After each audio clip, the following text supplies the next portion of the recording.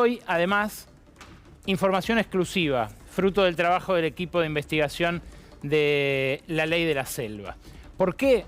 Porque empieza a quedar claro, incluso para el electorado del oficialismo, que para algunas cosas no hay plata, como reza el mantra de Javier Milei, pero para otras sí. Y lo que está claro es que entre las cosas para las que no hay plata están los jubilados. Están discutiendo a esta hora en la Casa Rosada cómo van a vetar esta ley que aprobó con más de 2/3 el Congreso de la Nación, más de 2/3 de la Cámara Baja, más de 2/3 de la Cámara Alta, en una de las 3 grandes derrotas al hilo que tuvo entre el miércoles y el viernes de la semana pasada el oficialismo. ¿Por qué digo 3 derrotas al hilo? Bueno, una, la que más irritó al gobierno, fue el incremento de las jubilaciones, que debería regir, si cumple con la ley, si la promulga y si no la vetara el gobierno, desde este mismo mes. Pero la otra fue la elección de Martín Lustó en la Comisión Bicameral de Inteligencia, donde justamente desinteligencias entre el oficialismo en el Ejecutivo y en el Legislativo terminaron abriéndole la puerta a la oposición para unificarse y ponerlo allí, en un lugar muy sensible para un gobierno que ha hecho del espionaje, del secretismo, del apriete también, parte de su política de Estado. La tercera fue el rechazo en la Cámara de Diputados a los 100.000 millones de pesos que Javier Milei, por decreto, le giró en gastos reservados a la CIDE. Una repartición para la que, a diferencia del ANSES, parece que sí hay plata. Pero vamos a empezar a ver los números, porque lo que ha habido en este fin de semana justamente fue una ensalada de números. Jorge Fontevecchia muy atinadamente lo llamó al presidente degenerado matemático, parafraseándolo a él mismo cuando habla de degenerados fiscales, pero poniendo en negro sobre blanco algo que ya viene haciendo desde el principio del gobierno, cuando decía hay 17.000% de inflación implantada, un concepto que inventó él, pero además un cálculo que se hizo sobre la base de la potencia de la inflación mensual en un mes atípico, pero que podría haberse hecho, por ejemplo, con el mes anterior y en vez de 17.000 daría 1.200, o con el mes anterior a ese y en vez de 17.000 o de 1.200 daría 400. En fin, la ensalada numérica a la que nos tiene acostumbrados La Libertad Avanza hace que perdamos de vista lo que realmente pasa. Y lo que realmente pasa es que se votó una migaja para los jubilados, jubiladas, pensionados y pensionadas. Una migaja que equivale a 14 lucas en la próxima jubilación. Pero mirá en perspectiva histórica cómo está la jubilación en los últimos 7 años. Porque ese es el tiempo que lleva el declive a la mitad prácticamente del poder adquisitivo que sufrieron los jubilados sin contar los bonos. ¿Por qué arranco por acá? Porque hay mucha gente que ha hecho sus aportes durante toda la vida, que esperaba cobrar una jubilación acorde a esos aportes, acorde a su ingreso, y que no lo está haciendo. Está cobrando casi la mínima, pero encima se ve perjudicada por cada vez que sale el índice de movilidad, porque no le aplican, por ejemplo, los bonos, que sí le aplican a la mínima. Sin contar los bonos, estamos así. Si la jubilación era 100 en el tercer trimestre de 2017, pasó a ser 86 en el tercer trimestre de 2019. O sea, se vio severamente recortada durante la debacle económica del final del gobierno de Mauricio Macri. Ahora, después de eso, ¿qué pasó? Siguió cayendo. Porque la fórmula de movilidad que aplicó el Frente de Todos, parece que cada gobierno tiene derecho a establecer una nueva fórmula de movilidad para intentar recortar el gasto en jubilaciones. Bueno, lo que hizo fue que siguiera... Perdón, déjame seguir con la anterior. Lo que hizo es que siguiera deteriorándose. De 89 en el tercer trimestre de 2020, estamos hablando de números índices, bajó a 75 en el tercer trimestre de 2022, a 64 en el tercer trimestre de 2023. Acá está lo que dice Milei de que las jubilaciones con Alberto Fernández perdieron 30%. Ahora vamos a aclarar por qué es engañoso también ese número, pero a la realidad a la que llegamos es a esta. Estaríamos en 58 con esa migajita que le dan ahora los diputados y senadores a los jubilados. Pero si la vetan, vamos al celeste, a 57. O sea, como decía, casi la mitad de lo que se cobraba en 2017. ¿Por qué digo que es engañoso sostener que con Alberto Fernández se perdió lo mismo que con Macri? Bueno, ahí sí, vamos a la siguiente. Con bonos, la jubilación durante el gobierno del Frente de Todos mantuvo el poder adquisitivo. Pero fíjate qué interesante cómo estamos ahora y cómo estaba en 2017. De vuelta, la comparación con el momento ese previo al crack del dólar con Caputo y luego con otros ministros, una vez que fue eyectado Caputo de aquel gobierno de Macri. Para equiparar, esto es a guita de hoy, a pesos de 2024, para equiparar lo que un jubilado ganaba en 2017, hoy tendrían que cobrar 440.000 pesos. Para equiparar lo que ganaban al final del macrismo, tendrían que ganar 364.000 pesos. ¿Qué pasó? Esa jubilación mínima con bono, estamos hablando siempre de plata de hoy, subió al principio del gobierno de Alberto Fernández.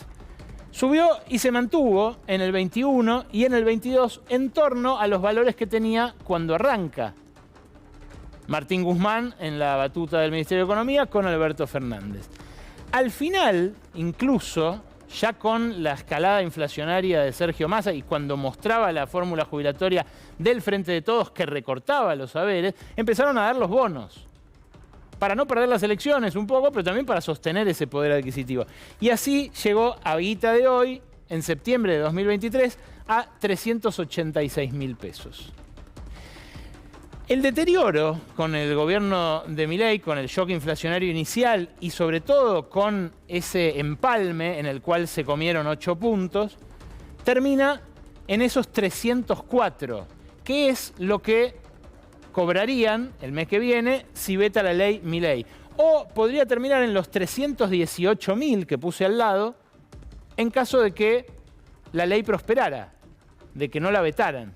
De todos modos, ven, es muy inferior a lo que se ganaba en 2023 en septiembre. Estamos hablando siempre de la mínima con bonos y muy inferior a lo de todo el gobierno anterior. Ni que hablar a esos 440.000, equivalentes en plata de oro a 440.000, que se cobraban en septiembre de 2017. El ajuste de Macri fue muy significativo, 17% de 2017 contra 2019. 14% si tomamos los trimestres, pero da casi igual, ¿no? Cerca del 15%. El ajuste de Alberto Fernández sobre la fórmula de movilidad fue muy severo, como decían, no el 30 que dice Milei, pero el 25. Se vio compensado con los bonos que permitieron mantener el poder adquisitivo. Pero fíjense el ajuste de Milei. El ajuste de Milei, que golpea a la mínima y a todas las demás, porque los bonos además se congelaron, tuvieron un aumentito en marzo de 55 a 70 lucas, pero ahí se congeló, fue del 18%. Más o menos lo mismo que Macri, pero más rápido. Y si veta ese ajuste mensual que quiere hacer el Congreso, la Cámara de Diputados y de Senadores, va a ser del 21%, septiembre contra septiembre. Es decir, que ya estamos discutiendo que pierdan un poquito menos de lo que perdieron. No que recuperen ni que ganen, que pierdan un poquito menos.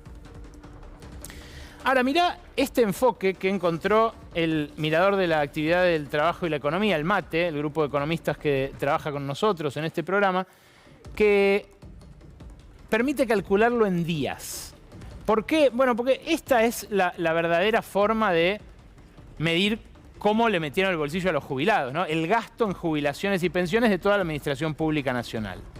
Da la casualidad, encontraron los economistas del MATE, que en 2018 lo que gastaba la Administración Pública Nacional era equivalente a 31 billones de pesos en plata de hoy en el primer semestre más uno, digamos, en los primeros 7 meses. 31 billones es casi uno por día. Con lo cual, trayendo a plata de hoy lo que gastó cada uno de estos años, podemos ver, suponiendo que en 2018 llegaran bien a fin de mes, cuántos días le robaron al jubilado o a la jubilada a lo largo de todos estos años. Fíjate, si llegaba a fin de mes en 2018, ya en 2019 llegaba el día 27. Ese mismo jubilado o jubilada en 2021, pospandemia o en medio de la pandemia, llegaba al día 25. Lo sostuvieron en 2022 y llegó al día 26. En 2023 al día 24. Pero ahora solo pueden llegar al 18 de cada mes y los 13 días que quedan, caldo de hueso, como se dice, ¿no? Caldo de hueso y sin remedios. Es verlo de la misma manera que te lo mostré antes, pero impacta más, ¿o no? No es que en 2018 fueran ricos los jubilados, pero suponiendo que aquel haber alcanzara para llegar al día 31, hoy alcanza para llegar al día 18. Es muy impactante la magnitud de este ajuste, de esta transferencia de recursos, que además se da hacia los sectores más concentrados, porque lo dijeron varios senadores en la discusión, lo que le incrementaría esto poquito que busca incrementar esta devolución de los 8 puntos de enero, es más o menos lo mismo que le bajaron de impuestos a los contribuyentes de bienes personales, que encima si pagan adelantado directamente se deshacen del impuesto a la riqueza, y al impuesto a la transferencia de inmuebles, que es también para los sectores más acomodados. Claro, para esto no hay plata, eso es clarísimo. Pero hay otras cosas para las que sí las hay. Esto que te voy a contar ahora es resultado de un pedido de acceso a la información que hicimos también desde el equipo de investigación de la Ley de la Selva, y tiene mucho que ver con la crisis que sacude al oficialismo, de la cual en un rato va a hablar Lucía Isikoff acá. ¿Por qué? Porque tiene que ver con los militares. Este desfile, el del 9 de julio, que enorgulleció tanto al presidente al punto tal de que se subió con su ahora archienemiga Victoria Villarruel a uno de los tanques que desfilaban por la Avenida Libertador, costó una buena guita. ¿Sabes cuánta? Bueno, yo te puedo decir. Al menos ese desfile militar del 9 de julio costó 521 millones de pesos. ¿Por qué digo al menos? Porque al pedido de informes que hicimos, que ahora les vamos a mostrar facsímiles, solo respondieron la Armada, que contó que se fumó 503 millones de pesos en apenas unas horas, y la Fuerza Aérea, que para que veamos cómo vuelan los aviones de combate, que veían recién en pantalla, se gastó otros 18 millones de pesos. El Ejército no respondió. Desde la Inspectoría General del Ejército dijeron que el desfile fue planificado y ejecutado por el Estado Mayor Conjunto de las Fuerzas Armadas, incluidas las previsiones presupuestarias que nos enviaron. Pero, curiosamente, desde el Estado Mayor Conjunto dijeron exactamente lo contrario, que correspondía a cada fuerza responder sobre eso. Tenemos sendas notas con las respuestas de cada repartición. Y un dato más. Ninguna de las fuerzas sabía cuánto se gastó en el desfile de 2019, que fue un desfile más o menos parecido, con menos movilización de tropas, de aviones y de implementos militares, pero que al parecer no quedó en los registros. Raro, lo organizó Macri, hay varios funcionarios que lo eran en aquel momento y que lo son ahora. En fin, tampoco quisieron responder en el mismo pedido de acceso a la información lo preguntamos, tampoco quisieron responder sobre el costo definitivo de los aviones F-16 de combate que adquirió Javier Milei a Dinamarca con tecnología usada de los Estados Unidos. Más que nada para hacerle un gesto político a Estados Unidos y para desairar a China, que paradójicamente lo salvó al prorrogar el swap de monedas en junio. Bueno, se basaron en un decreto que dicta el secreto militar y por eso no nos dijeron cuánto gastaron en esto. Pero está claro que para esto sí hay plata, para los F-16 también, para unas Fuerzas Armadas que están muy incómodas ahora que vuelve a hablarse tanto de los genocidas, porque precisamente buscan sacarse eso de encima, ¿no? Ese estigma bien ganado, por otra parte, por quienes acometieron la represión ilegal en la Argentina.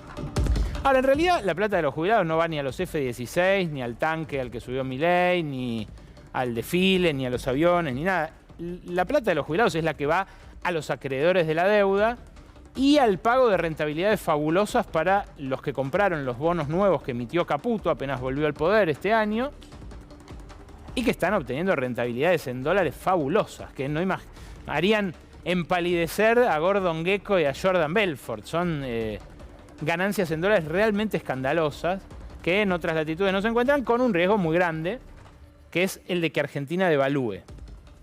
Pero ¿para quiénes más no hay plata? Además de para los jubilados y jubiladas, para la ciencia, para las universidades. Tuvimos 2 semanas con paros docentes en todas las universidades nacionales. Empezó, pero no empezó el cuatrimestre. Los documentos de la Fuerza Aérea y de la Armada se los mostramos. Son así, dicen los 503 millones de pesos del presupuesto, los 930 hombres que movilizaron, los vehículos. Esto es lo que respondió la Armada, y lo que respondió la Fuerza Aérea está en el otro, también como respuesta a nuestro pedido de acceso a la información pública, los 17 millones de pesos repartidos en los distintos gastos. Ahora decía, para esto hay plata, pero para lo que no hay es para la infraestructura universitaria y científico-tecnológica. La semana pasada también salió una carta firmada por los más prestigiosos científicos de la Argentina, donde advertían que no se van a cumplir las promesas de programas de investigación pactadas el año pasado y que tampoco se van a abrir nuevos concursos para programas de investigación. A los científicos les están diciendo, váyanse del país, de vuelta, como Menem, pero más rápido en este caso. ¿Qué 10 obras están congeladas en este momento por falta de fondos en universidades o en centros científicos tecnológicos? Las recabó Claudio Martínez, antiguo productor general de Brotes Verdes, aquí en C5N cuando arrancamos. Fíjate, acá está en el Centro de Investigación en Agricultura Sostenible en Mercedes, la provincia de Buenos Aires. Esto lo hacían el CONICET e YPF Agro. La sala Ventana al Universo en Salta, que también se estaba haciendo en San Antonio de los Cobres, en una iniciativa conjunta del CONICET, la CONEA y la Universidad de Salta. La fábrica de bioinsumos en Formosa, también a medios, ahí la ven, ¿no? O sea, la obra avanzada, parte del dinero ya gastado, todo congelado y en parte echándose a perder. El edificio de biotecnología de la UNAUR en Hurlingham, también provincia de Buenos Aires, también a medio hacer, también frenada completamente con el triste mural de Einstein en una pared, como mirando y diciendo, ¿qué están haciendo? El Centro de Servicios Tecnológicos Parque Industrial Tres Arroyos, también en la provincia de Buenos Aires. Bueno, el de la Universidad Arturo Jauretche en Florencio Varela. Varios más, incluso algunos administrados por la Administración de Parques Nacionales. Seguí adelante, Rodo, que los van a ver. La Administración de Parques Nacionales, que sufrió un gran recorte en sus gastos de funcionamiento, también tenía, por ejemplo, el Centro Interinstitucional de Investigaciones Subtropicales. Seguí porque son todas imágenes de lo mismo, ¿no? De la desolación presupuestaria que afecta a la ciencia. De vuelta, para algunas cosas hay plata y para otras no. En la Argentina de Javier Milei está clarísimo, clarísimo que para la ciencia y para los jubilados no la hay, y sí la hay para los pagos de la deuda. Ahora, ¿qué está pasando con la actividad económica? Porque le quedan muy pocos economistas que lo banquen a Javier Milei y que él banque. Y los que eran sus consejeros ultraliberales, como Carlos Rodríguez, por ejemplo, del SEMA, dicen que esto que estamos viviendo es una recesión autoinducida, que es la recesión a propósito, más fuerte de lo que podría haber sido desplegando otras políticas, para de esa manera no solo frenar la inflación, sino también disciplinar a la población. El miedo que se huele en las calles no es miedo a las patotas digitales de Milei que escrachan a gente en las redes, es el miedo a quedarse sin laburo y a seguir sin llegar a fin de mes. Y cuando le preguntaron por esto a Ricardo Arriazu, que es ese economista que les digo todavía le queda a Milei, que lo banca y que él banca, respondió lo siguiente, en coincidencia con Rodríguez. Escúchalo. Esta última devaluación costó 81.000 millones de dólares los tenedores de peso. 15 puntos del producto. Y además el gobierno hizo un ajuste fiscal de 6 puntos del producto. O sea, le sacó a alguien 6 puntos del producto. ¿Cómo diablo no vamos a tener caída de actividad económica? Ese es exactamente el programa. Digamos, es exactamente lo que pidieron. El programa es la recesión. El programa es la caída de la actividad económica. Dice Carlos Rodríguez, es una recesión autoinducida. Dice Arriazu, es lo que pidieron. Ahora, ¿qué agrega Arriazu en la misma conferencia? No podemos devaluar. Si Milei devalúa, se acaba todo. Escuchá cómo lo dice. Gallego de contramano. La mayoría de los economistas creen que hay que devaluar. Yo creo que no. Yo creo que si devaluamos, chao, se acabó todo el programa, se acabó Milei, se acabó todo. ¿Ok? Pero hay que estar seguro que no le puedan doblar la mano al gobierno. Y mis cálculos dicen que se hacen las cosas bien hechas. No, no le pueden doblar la mano. No podemos devaluar. Se acaba Milei, se acaba todo, decía Ricardo Arriazu. Claro, lo están corriendo.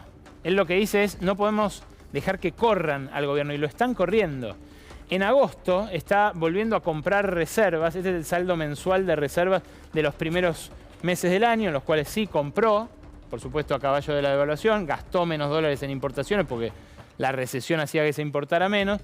Pero fíjate, en junio y en julio dio negativo el saldo de reservas. Son 2 meses en los cuales suelen vender los agroexportadores. En agosto está recuperando algo de reservas, sobre todo la semana pasada, que recuperó más de 250 palos, porque los importadores dejaron de comprar a la espera de que bajen el impuesto país el mes que viene, y ahí sí comprar, y también por la recesión.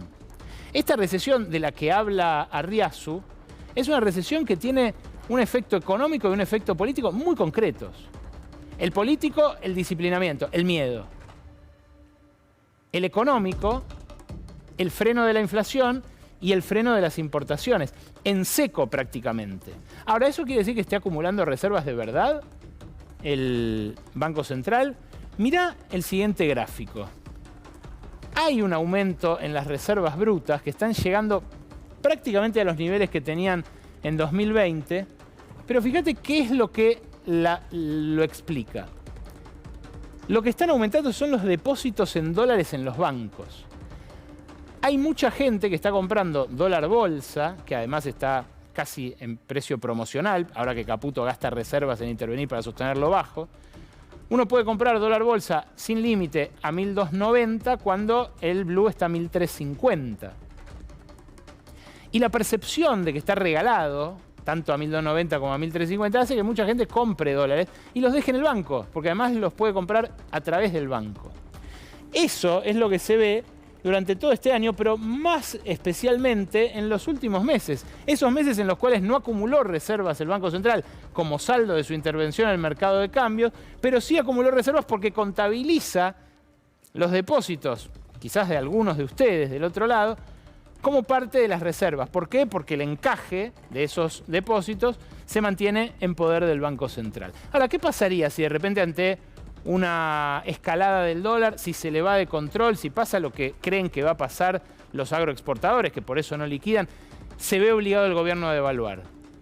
Y si algunos de los que tienen dólares en las cuentas bancarias los deciden sacar, esto le pasó a Macri en aquel final accidentado de su gobierno. Bueno, 75% del alza de las reservas durante el mes pasado se explica por lo que se incrementaron esos depósitos en dólares. Son datos frescos de ahora que muestran justamente la evolución de esta variable tan crítica. Ahora, decía Arriazu, ¿qué esperaban? Si no una caída así del consumo, una caída de la inversión, agregaría Carlos Rodríguez, que habla de sequía de inversiones con Javier Milei. Claro, ¿quién va a invertir en un contexto en el cual cada vez la actividad económica cae más y nada es negocio?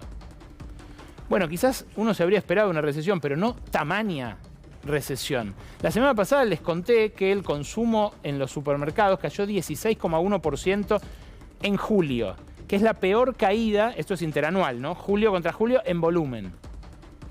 Esa es la peor caída de todo el gobierno de Milei, de los 8 meses. Fíjate la serie, la tenemos en el siguiente gráfico. Todos los meses viene cayendo desde que...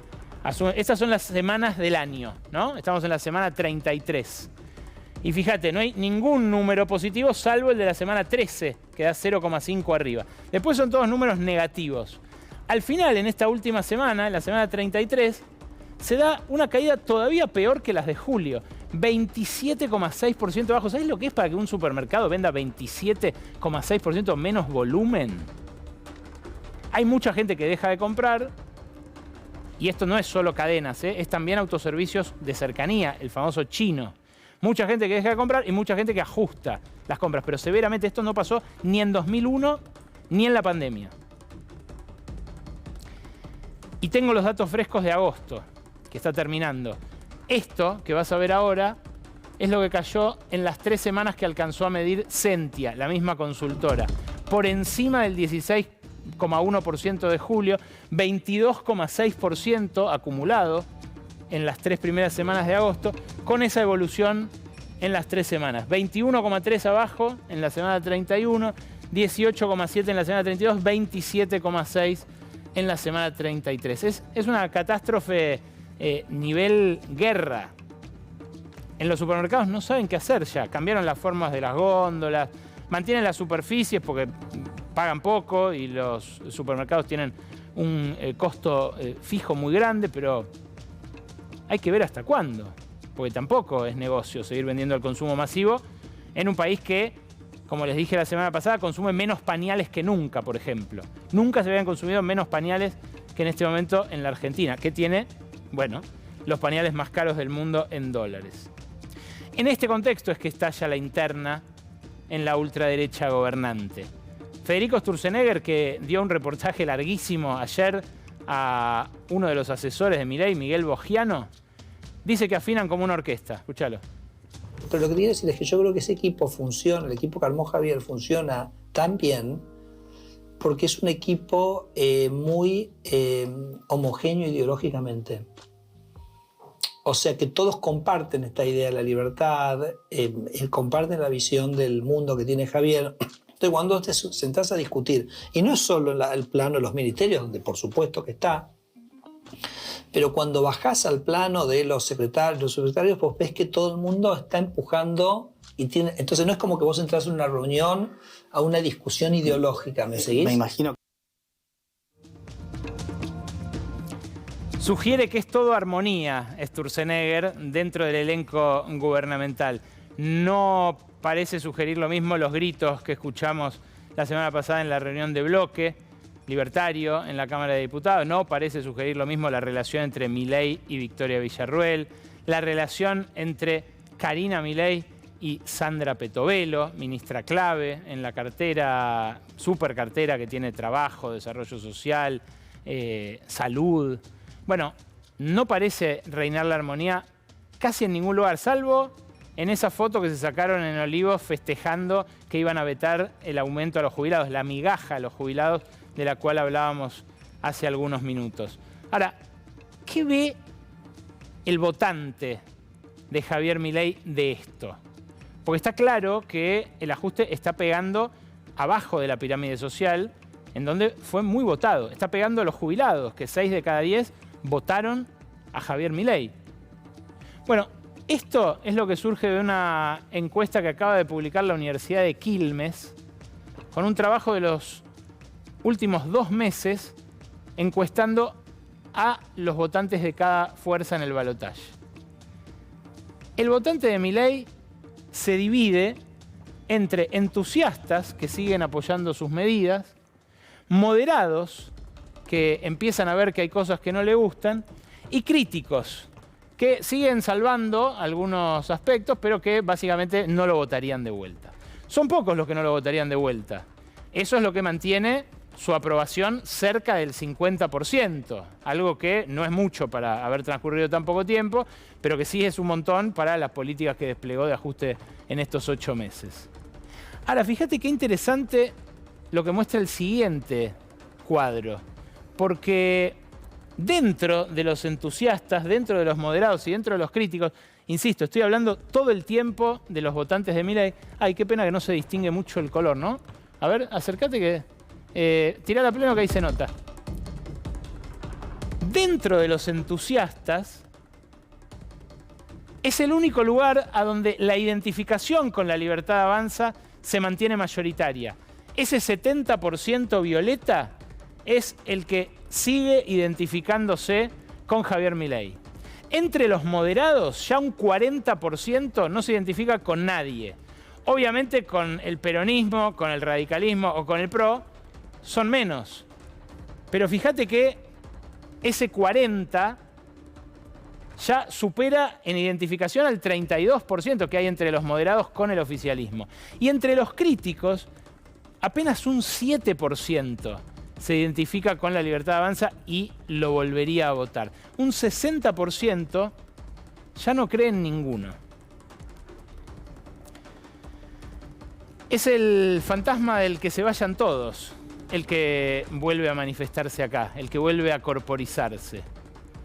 Un descontento que amenaza a todas las fuerzas políticas. Decía Guillermo Francos la semana pasada que este es un gobierno con suerte. ¿Por qué? Bueno, porque el escándalo de Alberto Fernández, la crisis del peronismo, la crisis dirigencial de toda la oposición, le da el changüí necesario para aplicar su política de recesión inducida y ajuste. Que haya plata para algunos y no haya plata para otros. Pero esa suerte suele ser efímera.